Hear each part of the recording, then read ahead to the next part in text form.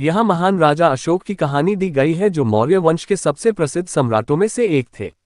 सम्राट अशोक, एक योद्धा से धर्मराज तक की यात्रा। भारत के इतिहास में अनेक सम्राट हुए हैं, लेकिन सम्राट अशोक का नाम विशेष रूप से उल्लेखनीय है। वे न केवल एक पराक्रमी योद्धा थे, बल्कि एक महान शासक और धर्मप्रिय राजा भी थे। उनके जीवन की कहानी शक्ति, विजय, परिवर्तन और करुणा से भरपूर है। आरंभिक जीवन और सिंहासन की प्राप्ति। अशोक का जन्म 304 बीसी में हुआ था। वे महान सम्राट बिंदुसार के पुत्र और चंद्रगुप्त मौर्य के पौत्र थे। अशोक बचपन से ही तेजस्वी, बुद्धिमान और युद्ध कौशल में निपुण थे। उनके कई सौतेले भाई थे जो उन्हें अपना प्रतिद्वंद्वी मानते थे, लेकिन उनकी माता धर्मत सुभद्रांगी ने हमेशा उन्हें एक महान सम्राट बनने के लिए प्रेरित किया। जब बिंदुसार की मृत्यु हुई तब मौर्य वंश का शासन संकट में था। राजगद्दी के उत्तराधिकार के लिए अशोक और उनके भाइयों में संघर्ष हुआ।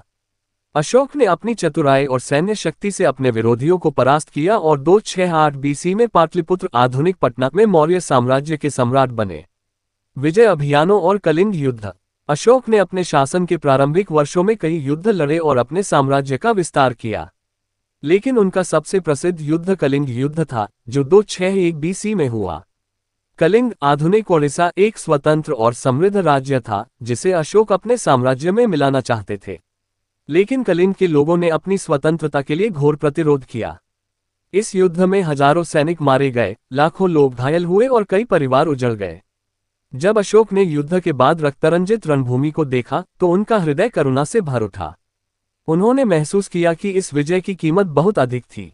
इस घटना ने उनके जीवन को पूरी तरह बदल दिया। धर्म की ओर परिवर्तन।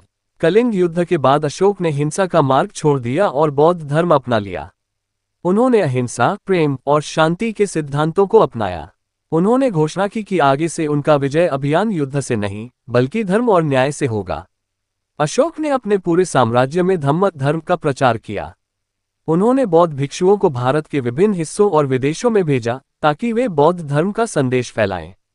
उनके पुत्र महेंद्र और पुत्री संघमित्रा को श्रीलंका भेजा गया, जहां उन्होंने बौद्ध धर्म का प्रसार किया। शासन और समाज सुधार। अशोक ने अपने राज्य को धर्म और नैतिकता पर आधारित शासन में बदल दिया। उन्होंने अनेक सामाजिक और प्रशासनिक सुधार किए।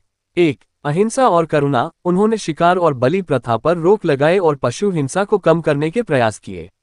2. स्वास्थ्य और जनकल्याण। उन्होंने सड़कों के किनारे पेड़ लगवाए, कुएं खुदवाए और धर्मशालाएं बनवाईं।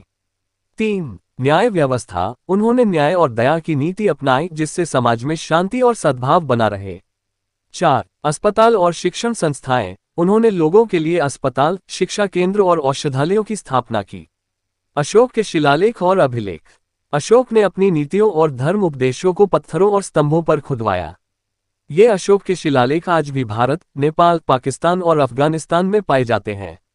इनमें उन्होंने नैतिकता, अहिंसा और धार्मिक सहिष्णुता का संदेश दिया। अशोक के सबसे प्रसिद्ध स्तंभों में सारनाथ स्तंभ शामिल है, जिस पर 4 सिंहों की आकृति बनी है। ये भारत का राष्ट्रीय प्रतीक भी है। अंतिम समय और विरासत। अशोक ने लगभग 40 वर्षों तक शासन किया और 232 बीसी में उनका निधन हुआ। उनकी मृत्यु के बाद मौर्य साम्राज्य धीरे धीरे कमजोर हो गया, लेकिन उनका प्रभाव भारत और पूरी दुनिया में बना रहा। आज भी अशोक को एक महान शासक के रूप में याद किया जाता है, जिन्होंने सत्ता और हिंसा से ऊपर उठकर धर्म, नैतिकता और जनकल्याण को अपनाया। उनकी कहानी हमें ये सिखाती है कि सच्ची महानता केवल युद्ध जीतने में नहीं, बल्कि लोगों के दिलों में जगह बनाने में होती है।